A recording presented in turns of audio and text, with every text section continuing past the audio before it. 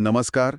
आज आपण एका मोठ्या आणि खरं तर एका धक्कादायक बातमीने सुरुवात करणार आहोत. नमस्कार. बांगलादेशच्या माजी पंतप्रधान शेख हसीना यांना फाशीची शिक्षा सुनावण्यात आली आहे. हो, 18 नोव्हेंबर 2025 रोजी देशाच्या इंटरनॅशनल क्राईम्स ट्रिब्युनलने हा एक ऐतिहासिक म्हणता येईल असा निर्णय दिलाय. आज आपण याच प्रकरणाची सखोल चर्चा करणार आहोत. म्हणजे या निकालामागे नक्की काय कारणं आहेत, त्यावर काय प्रतिक्रिया उमटत आहेत आणि याचे आंतरराष्ट्रीय राजकारणावर काय परिणाम होऊ शकतात. आणि विशेषतः भारतावर, कारण भारत यात एक महत्वाचा घटक आहे. अगदी. चला तर मग या गुंतागुंतीच्या विषयाचे एक एक पदर उलगडूया. नक्कीच. तर सुरुवात मूळ मुद्द्यापासून करूया.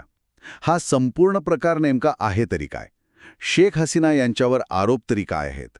मुख्य आरोप आहे मानवतेविरुद्ध गुन्हे केल्याचा. आणि हे प्रकरण थेट 2024 मध्ये जे विद्यार्थी आंदोलन झालं होतं, ज्याला जुलै क्रांती असंही म्हणतात. बरोबर, अगदी बरोबर. त्या आंदोलनाशी हे जोडलेलं आहे.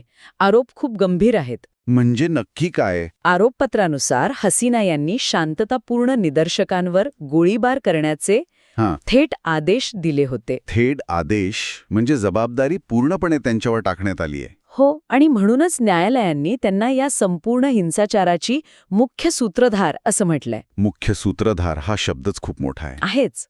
या हिंसाचारात शेकडो लोकांचा जीव गेला होता.